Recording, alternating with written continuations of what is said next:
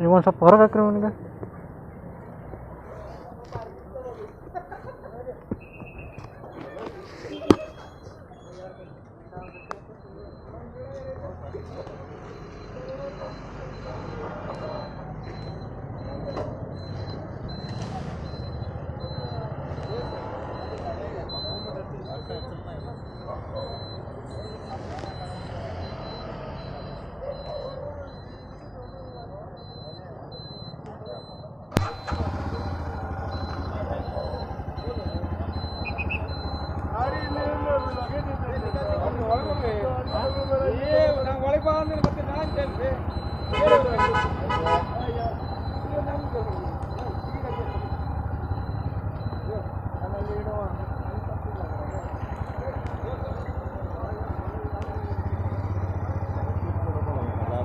ಹಾಂ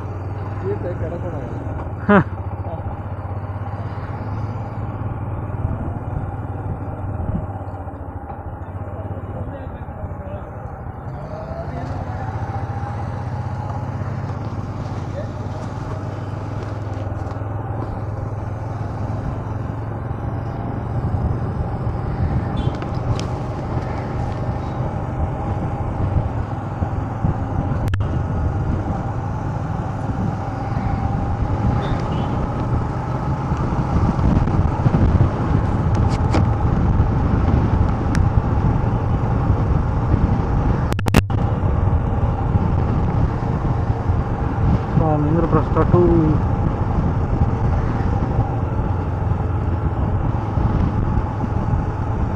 Durga Devi temple.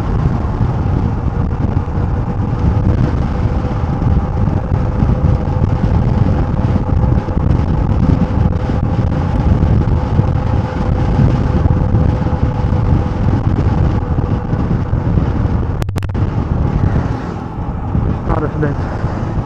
ಇದೇನಾದ್ರು ಗುಳೆ ಇವು ಕೃಷ್ಣ ರೆಸಿಡೆನ್ಸಿ ಒಂದು ಕೃಷ್ಣ ರೆಸಿಡೆನ್ಸಿ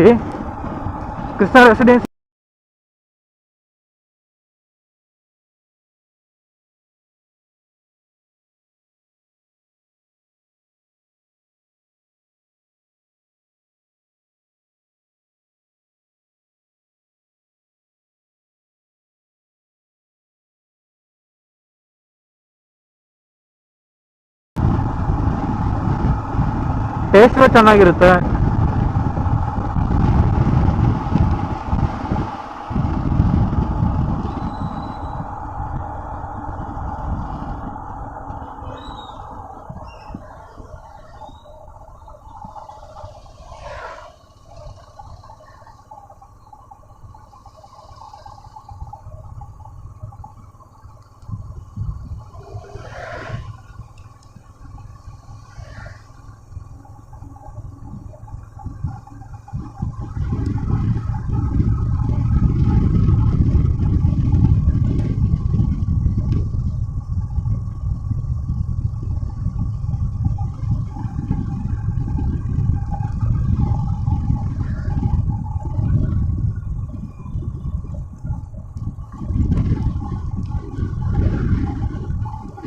ನಮಸ್ಕಾರ ಸ್ನೇಹಿತರೆ,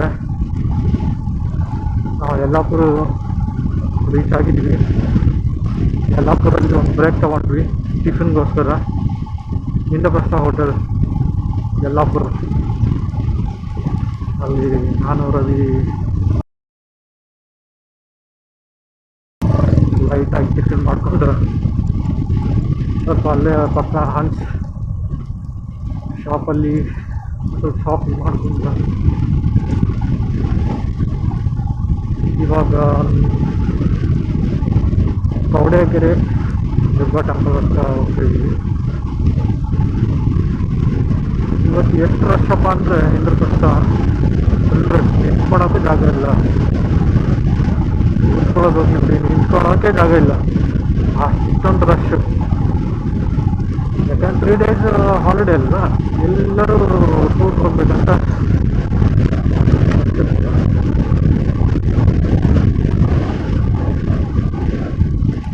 ಎಲ್ಲರೂ ಟೂರ್ ಮಾಡ್ಲಿಕ್ಕೆ ಹೋಗೋದ್ರೆ ಹೋಗೋದು. ರೈಡರ್ಸ್ ಆಯ್ತು, ಕಾರ್ ಆಯ್ತು. ನೋಡಿ ಇವಾಗಲೇ ನೋಡಿ ಎಷ್ಟೊಂದು ವೆಹಿಕಲ್ಸ್ ಇರ್ತಿಲ್ಲ. ಆಲ್ರೆಡಿ ಅವರು ಹೋಗಿ ರೀಚ್ ಆಗಿ ರಿಟರ್ನ್ ಹೋಗ್ತಿದ್ರು. ಅವರ ಶಿರ್ಸಿ ಕಡೆಯಿಂದ ಇವಾಗ ಬರ್ತಿರ್ಬೋದು.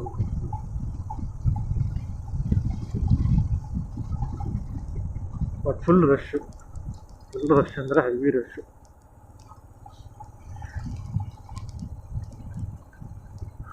ನೋಡುವ ಇಲ್ಲಿ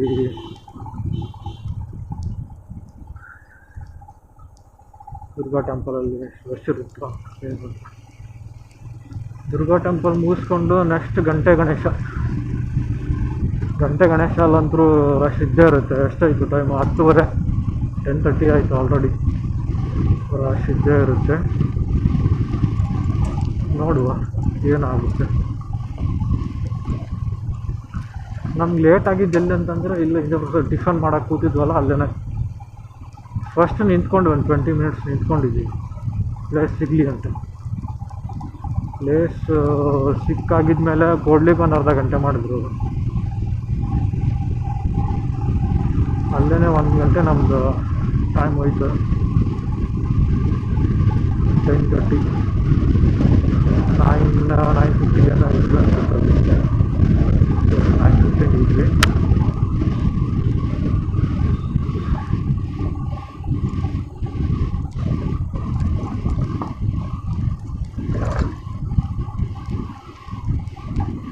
ಟಿಫನ್ ಮಾಡ್ಕೊಂಡು ಹೊರಟಿದ್ದೀವಿ.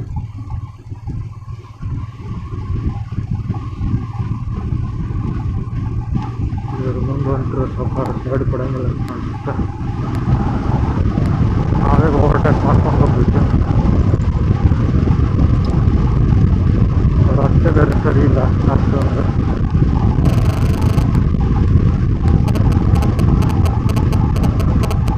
ಸಿಕ್ಕಾಪಟ್ಟೆ ಮಳೆ ಆಗ್ತಿರುತ್ತೆ. ಎಷ್ಟೊಂದು ಅವರದ್ದು ಕರೆಕ್ಷನ್.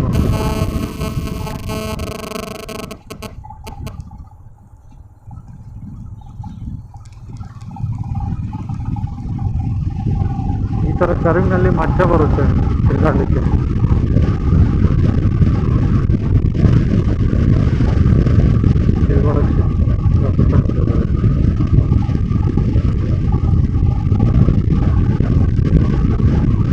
ಜನಗಳಿಂದ ಆರಾಮಾಗಿರುತ್ತೆ ಹಚ್ಕೊಂಡಿಲ್ಲ. ಇಲ್ಲೇ ಹೋಗ್ಬೇಕು ನಾವು. ಶ್ರೀ ಕ್ಷೇತ್ರ ಕವಡೆಕೆರೆ.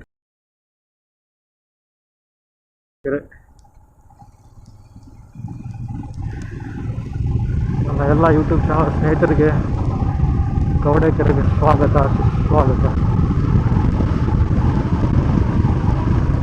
ಕವಡೆಕೆರೆ ಟೆಂಪಲ್ಲು ನಾನು ಲಾಸ್ಟ್ ಟೈಮ್ ಬಂದಾಗ ಅಲ್ಲಿ ಸಿಕ್ಕಿರೋಂಥ ಒಬ್ಬರು ಅಂಕಲ್ ಇದ್ದರು. ಅಂಕಲ್ ಕೇಳಿದೆ, ಪಾಂಡವರು ವನವಾಸಕ್ಕೆ ಬಂದಾಗ ಕುಡಿಲಿಕ್ಕೆ ನೀರು ಬೇಕಂತಂದು ಪ್ರಾರ್ಥನೆ ಮಾಡಿದಾಗ ಗಂಗಾದೇವಿ ಇಲ್ಲಿ ಬಂದು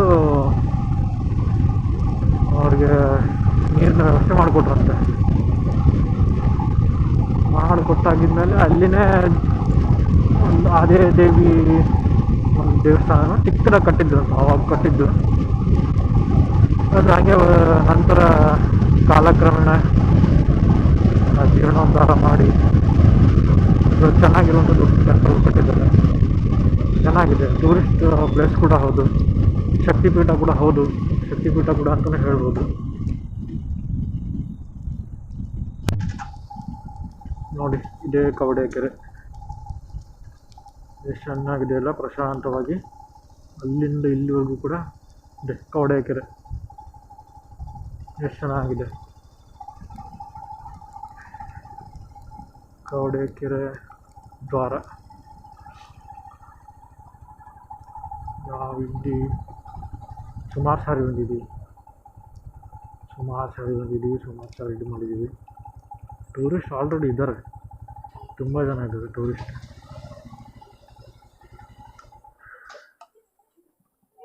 ಶ್ರೀಕರ ಕವಡಮ್ಮ ಯಾನೆ ದುರ್ಗಾದೇವಿ ದೇವಸ್ಥಾನ, ಶ್ರೀ ಕ್ಷೇತ್ರ ಕವಡೆಕೆರೆ, ತಾಲೂಕು ಯಲ್ಲಾಪುರ.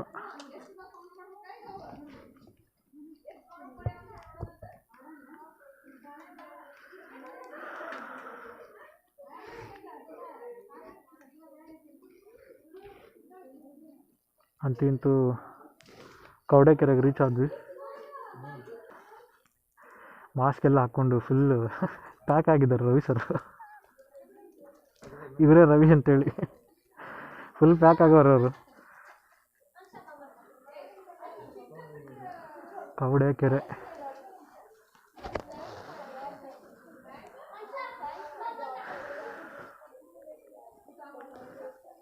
ಇದ್ರ ಇತಿಹಾಸ ಹೇಳಿದ್ನಲ್ಲ, ಪಾಂಡವರು ವನವಾಸ ಬಂದು ನೀರಿನ ದಾಹ ತೀರ್ಬೇಕಂತ ಹೇಳಿದಾಗ ಅವ್ರಿಗೆ ಗಂಗಾದೇವಿ ಇಲ್ಲಿ ನೀರಿನ ವ್ಯವಸ್ಥೆ ಮಾಡಿಕೊಟ್ಟಿದ್ದು. ನನಗೆ ಹೇಳಿದ್ದು ಒಬ್ರು ಅಂಕಲ್. ಅದ್ರದ್ದು ಪುರಾವೆಗಳು ಒಳಗಡೆ ಇದ್ದವು, ನೋಡೋಣಂತೆ. ಇದ್ರ ಇತಿಹಾಸ ಏನಾದ್ರು ಗೊತ್ತಾ ಗುರುಗಳೇ? ಗೊತ್ತಿಲ್ಲ.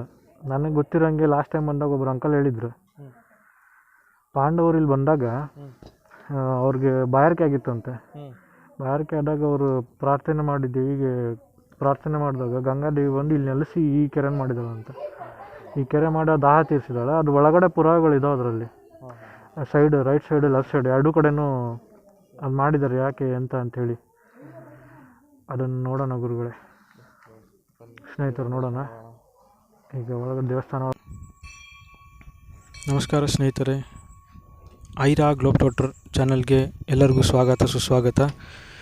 ನಾವು ಇಂದಿನ ದಿನ ಬಂದಿರೋದು ಕವಡೆಕೆರೆ ದೇವಸ್ಥಾನ, ಕವಡೆಕೆರೆ ದುರ್ಗಾದೇವಿ ದೇವಸ್ಥಾನಕ್ಕೆ. ನೀವು ನೋಡ್ತಾ ಇರ್ಬೋದು, ಕವಡೆಕೆರೆ ದೇವಸ್ಥಾನದ ಮುಂಭಾಗದಲ್ಲಿದ್ದೀವಿ ನಾವೀಗ.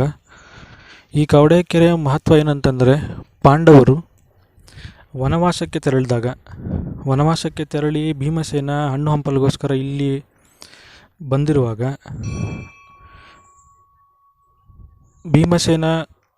ಭೀಮಸೇನಿಗೆ ದಾಹ ಆಗಿರುತ್ತೆ.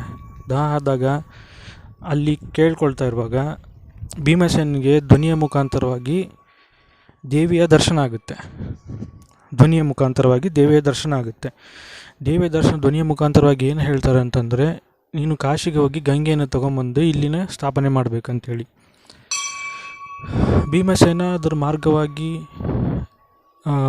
ಕಾಶಿಗೆ ಹೋಗಿ ಅಲ್ಲಿಂದ ಗಂಗೆಯನ್ನು ತಗೊಂಬಂದು ಇಲ್ಲಿ ಸ್ಥಾಪನೆಯನ್ನು ಮಾಡ್ತಾನೆ. ಇಲ್ಲಿ ಸ್ಥಾಪನೆ ಮಾಡಿ ಈ ಗಂಗೆ ಕವಡೆಕೆರೆ ಅಂತ ಹೇಳ್ತಾರೆ. ಕವಡೆಯಿಂದ ತಂದ ನೀರನ್ನು ಇಲ್ಲಿ ಸ್ಥಾಪನೆ ಮಾಡಿರ್ತಾನೆ. ಅದಕ್ಕೆ ಕವಡೆಕೆರೆ ಅಂತ ಹೇಳ್ತಾರೆ. ಈ ಕವಡೆಕೆರೆ ತಟದಲ್ಲಿ ದೇವಿಯನ್ನು ಸ್ಥಾಪನೆಯನ್ನು ಮಾಡ್ತಾರೆ. ಈ ದೇವಿ ಪ್ರತಿಷ್ಠಾಪನೆ ಮಾಡಿದ್ದು ಮೊದಲನೇ ಸಾರಿ 1992ರಲ್ಲಿ. ನಂತರ ಎರಡನೇ ಬಾರಿ ಕೂಡ ಪ್ರತಿಷ್ಠಾಪನೆಯನ್ನು ಮಾಡಿರ್ತಾರಂತೆ. ಈ ಹಳೆಯ ದೇವಸ್ಥಾನ ಮಣ್ಣಿನಿಂದ ಕೂಡಿದ್ದಾಗಿದ್ದು ಇಲ್ಲಿನ ಜನ ಈ ದೇವಸ್ಥಾನವನ್ನು ಕಟ್ಟಿರ್ತಾರೆ. ಬನ್ನಿ ಒಳಗಡೆ ಭಟ್ರನ್ನ ಮಾತಾಡ್ಸೋಣ.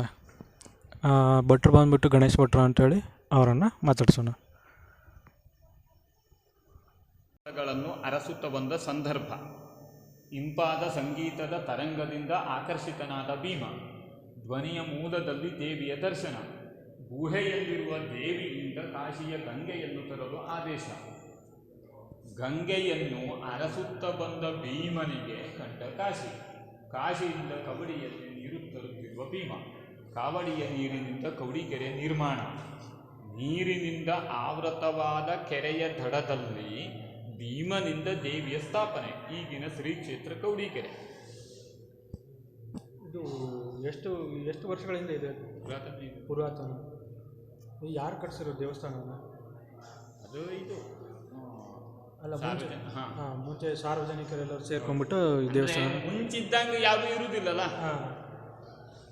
ಈಗ ಹಿಂದೆ ಕಟ್ಟಡ ಮಣ್ಣಿಂದ ಇತ್ತು, ಈಗ ಎಲ್ಲರೂ ಮಣ್ಣಿಂದ ಸ್ವಲ್ಪ ಕಮ್ಮಿನೇ ಇರುವುದೇ ಇಲ್ಲ. ನಾವು ಹೇಳೋಲ್ಲ, ಈಗ ಸ್ವಲ್ಪ ಹೊಸದಾಗಿ ಮಾಡ್ಬೇಕಾ, ಆಯ್ತಪ್ಪ ದೇಣಿಗೆ ಕೊಡ್ರಿ ಹೇಳುವುದಿಲ್ಲ. ಹೀಗೆ ಹನಿ ಕೂಡಿ ಹೇಳಲ್ಲ, ಒಂದೇ ಸಲ ಈ ದೇವಸ್ಥಾನನ ಕಟ್ಟಿರೋದು. ಈ ಹೊರಗಡೆದೆಲ್ಲನೂ ಈ ಜನರೆಲ್ಲ ಸೇರಿಬಿಟ್ಟು ಕಟ್ಟಿರೋವಂಥದ್ದು. ಸರ್ಕಾರದಿಂದ ಬಂದದಕ್ಕೆ ನಾವು ಹಂಗೆ ನಮ್ಗೆ ಯಾರು ಹೇಳ್ತಾರೆ? ಯಾರು ಹೇಳಲ್ಲ ಅಷ್ಟೇ. ಅದೇ ಹೇಳು ನಾನು, ಎಲ್ಲ ನೀವು ಹೊತ್ತು ನಾವು ಹೊತ್ತು ಸೇರಿ ಕೆಲಸ ಮಾಡುವುದೇ. ಒಟ್ಟು ಕೆಲಸ ಆಗ್ಬೇಕಲ್ಲ. ಹೀಗೆ ಹನಿ ಕೂಡಿ ವರ್ಷ ಕೆಲವೊಂದು ಟೈಮ್ ಸ್ಟೆಪ್ ಬೈ ಸ್ಟೆಪ್ ಹೋಗ್ತಾ ಹೋಗೋದು. 96ರಲ್ಲೇ ಸ್ಟಾರ್ಟ್ ಮಾಡಿದ್ದು. ಎಷ್ಟು ಸ್ಥಾಪನೆ ಒಂದ್ಸಲ ಆದದ್ದು 90ರಲ್ಲೇ ಹಣಿಕೆ, 92ರಲ್ಲಿ ಹಣಿಕೆ, 92ರಲ್ಲಿ. ಹಾಂ, 96ಕ್ಕೆ ಸ್ಥಾಪನೆ ಆಗದೆ ಒಂದ್ಸಲ. ಒಂದು ಸಾರಿ. ಹಾಂ, ಒಂದಾಗಿ ಎರಡನೇ ಸಲ ಆಯ್ತು. ಈಗ ಎರಡನೇ ಸರಿ. ಹಾಂ, ಪುನಃ ಪ್ರತಿಷ್ಠಾಪನೆ ಆಗ್ತಿದೆ. ಹೌದು. ಈ ಕವಡೆಕೆರೆ ಈಗ ನಮ್ಮ ಪಾಂಡವರು ಇಲ್ಲಿ ಬಂದಾಗ ಆಗಿರುವಂಥದ್ದು. ಆ ದೇವಿ ಸ್ಥಾಪನೆ ಮಾಡಿ ಪೂಜೆ ಮಾಡ್ತಾ ಇರ್ತಾರೆ. ಹಾಂ, ಮುಂಚಿನ ಸ್ಥಾಪನೆ ಉಂಟು. ಹಾಂ, ದೇವಿ ಮುಂಚೆನೇ ಸ್ಥಾಪನೆ ಉಂಟು. ಪಾಂಡವರು ಇಲ್ಲಿ ಬಂದಾಗ ನೀರಿಗೋಸ್ಕರ ಇಲ್ಲಿ ಹಾಸ್ಕೊಂಡು ಇಲ್ಲಿ ಪೂಜೆ ಮಾಡಿ ಇದು ಮಾಡ್ತಿದ್ದಾರೆ. ಬಟ್ ನಿಮ್ಮ ಹೆಸರು? ಗಣಪತಿ ಭಟ್ರು. ಸ್ನೇಹಿತರೆ, ನೋಡ್ತಿರ್ಬೋದು ನಮ್ಮ ಗಣಪತಿ ಭಟ್ರು ಹೇಳ್ದಿರೋ ಹಾಗೆ ಇಲ್ಲಿ ಪಾಂಡವರು ವನವಾಸಕ್ಕೆ ಬಂದ ಸಂದರ್ಭ ನೀವು ಕವಡೆಕೆರೆ ದೇವಸ್ಥಾನಕ್ಕೆ ಬಂದರೆ ನಿಮ್ಗೆ ಇಲ್ಲಿ ಕ್ಲಿಯರಾಗಿ ಕಾಣಿಸುತ್ತೆ. ಪಾಂಡವರು ವನವಾಸ ಸಂಬಂಧ ಇಲ್ಲಿ ಹಣ್ಣು ಹಂಪಲು ಅರಸುತ್ತಾ ಬಂದ ಭೀಮಸೇನ ಪಾಂಡವರಲ್ಲಿ ಒಬ್ಬನು. ಅಲ್ಲಿಂದ ಹಾಗೆ ನಿಮಗೆಲ್ಲ ಪ್ರತಿಯೊಂದು ನಮ್ಮ ಗಣೇಶ ಭಟ್ರು ಹೇಳಿರೋ ಹಾಗೆ ಇವೆಲ್ಲವೂ ಕೂಡ ಇಲ್ಲಿ ಅನಿಸ್ತಿದೆ. ಕೊನೆಯ ಮೂಲ, ಹಾಂ, ಮೂರನೇದು ಧ್ವನಿಯ ಮೂಲದಲ್ಲಿ ದೇವಿಯ ದರ್ಶನ. ಊಹೆಯಲ್ಲಿರುವ ದೇವಿಯಿಂದ ಕಾಶಿಯ ಗಂಗೆಯನ್ನು ತರಲು ಆದೇಶ. ಊಹೆಯಲ್ಲಿರುವ ದೇವಿ ಅಂದರೆ ಗುಹಾದ್ವಾರದಲ್ಲಿ ಶ್ರೀದೇವಿಯ ದರ್ಶನ ಆಗಿರುವಂಥದ್ದು. ಅಲ್ಲಿಂದ ನೆಕ್ಸ್ಟ್ ಊಹೆಯಲ್ಲಿರುವ ದೇವಿಯಿಂದ ತರಲು ಆದೇಶ. ಕಾಶಿಯ ಗಂಗೆ, ಕಾಶಿಯಿಂದ ಗಂಗೆ ಅಂತಂದ್ರೆ ಹಾಂ ಹಾಂ, ಕಂಡ ಕಾಶಿ ಭೀಮ ನಿರ್ಮಾಣ. ಹಾಂ ಹಾಂ, ನೀರಿನಿಂದ ಆವೃತವಾದ ಕೆರೆಯ ದಡದಲ್ಲಿ ದೇವಿಯ ಸ್ಥಾಪನೆ. ಈಗಿನ ಶ್ರೀ ಕ್ಷೇತ್ರ ಕೌಡಿಕೆರೆ. ಹಾಂ, ಈ ಕೌಡಿಕೆರೆ ಇರೋದು ಯಾವ ಪ್ಲೇಸಲ್ಲಿ ಗುರುಗಳೇ? ಈ ಯಾವ ಊರು ಅಂತ ಹೇಳ್ತಾರೆ ಇದಕ್ಕೆ? ಈ ಯಲ್ಲಾಪುರ ತಾಲೂಕು. ಹಾಂ, ಯಲ್ಲಾಪುರ ತಾಲೂಕು. ಮತ್ತು ಈ ಪ್ಲೇಸ್ಗೆ ಅಂತ ಹೆಸರಿಲ್ಲ, ಕವಡಿಕೆರೆ ಅಂತ ಹೇಳಿದ್ರೆ ಎಲ್ಲರೂ ಬರ್ತಾರೆ. ನೋಡ್ತಿರ್ಬೋದು ಸ್ನೇಹಿತರೆ, ಯಲ್ಲಾಪುರ ತಾಲೂಕು ಕವಡಿಕೆರೆ ದೇವಿಯ ದರ್ಶನ. ನಮ್ಮ ಗಣೇಶ ಭಟ್ರು ಹೇಳಿರುವ ಹಾಗೆ 1990ರಲ್ಲಿ ಒಂದು ಸಾರಿ ಪ್ರತಿಷ್ಠಾಪನೆ ಮಾಡಿ ಇನ್ನೊಂದು ಸಾರಿನೂ ಕೂಡ ಪ್ರತಿಷ್ಠಾಪನೆಯನ್ನು ಮಾಡಿದ್ದಾರೆ. ತುಂಬ ಪುರಾತನರಾಗಿರೋದು.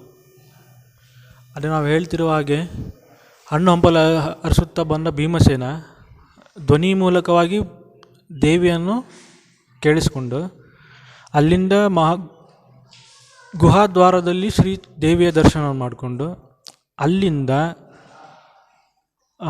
ದೇವಿ ಏನು ಹೇಳ್ತಾರೆ ಅಂತಂದರೆ ಗಂಗೆಯನ್ನು ಕಾಶಿಯಿಂದ ತೊಗೊಂಬರ್ರಿ ಅಂತ ಹೇಳ್ತಾರೆ. ಕಾಶಿಯಿಂದ ಭೀಮಸೇನ ಏನು ಮಾಡ್ತಾನೆ, ನೀರನ್ನು ತೊಗೊಂಬಂದು ಕವಡೆಯ ನೀರಿನಿಂದ ಕವಡೆಕೆರೆ ನಿರ್ಮಾಣವನ್ನು ಆಗ್ತಿದೆ. ಅಲ್ಲಿಂದ ಕೆರೆ ದಡದಲ್ಲಿ ದೇವಿಯ ಸ್ಥಾಪನೆಯನ್ನು ಮಾಡ್ತಾರೆ. ಅಂದರೆ ಈ ದೇವಿ ಸ್ಥಾಪನೆ ಪುರಾತನವಾದದ್ದು, ಬಹಳ ಹಿಂದಿನ ಕಾಲದಿಂದನೇ ಆಗಿರೋದು. ಈಗಿನ ಶ್ರೀ ಕ್ಷೇತ್ರ ಕವಡೆಕೆರೆ. ನೀವೀಗ ನೋಡ್ತಾ ಇರುವಂಥದ್ದು ದೇವಸ್ಥಾನ ಅಂತಂದರೆ ಕವಡೆಕೆರೆ ದೇವಸ್ಥಾನ ಇವಾಗ ಪ್ರೆಸೆಂಟಲ್ಲಿರುವಂಥದ್ದು ನೀವು ನೋಡ್ತಿರ್ಬೋದು. ಈ ಕವಡೆಕೆರೆಗೆ ತುಂಬ ಜನ ಭಕ್ತಾದಿಗಳು ಬರ್ತಾ ಇರ್ತಾರೆ, ತಮ್ಮ ಈಡೇರಿಕೆಗಳನ್ನು ಹೇಳ್ತಿರ್ತಾರೆ, ಪೂರೈಕೆನೂ ಆಗುತ್ತೆ. ಒಂದು ಸಣ್ಣ ಚಿತ್ರಣ ಕವಡೆಕೆರೆ ಸುತ್ತಲೂ ಎಡಭಾಗದಿಂದ. ಇದೆಲ್ಲ ಇವಾಗಿನಿಂದ ಮಾಡಿರುವಂಥದ್ದು. ಇಲ್ಲಿ ನಮ್ಮ ಗಣೇಶ ಭಟ್ರು ನಮಗೆ ಬೇಕಾಗಿರುವಂಥ ಮಾಹಿತಿ ಎಲ್ಲನೂ ಕೊಟ್ಟರು. ಧನ್ಯವಾದಗಳು ಗಣೇಶ ಭಟ್ರಿಗೆ.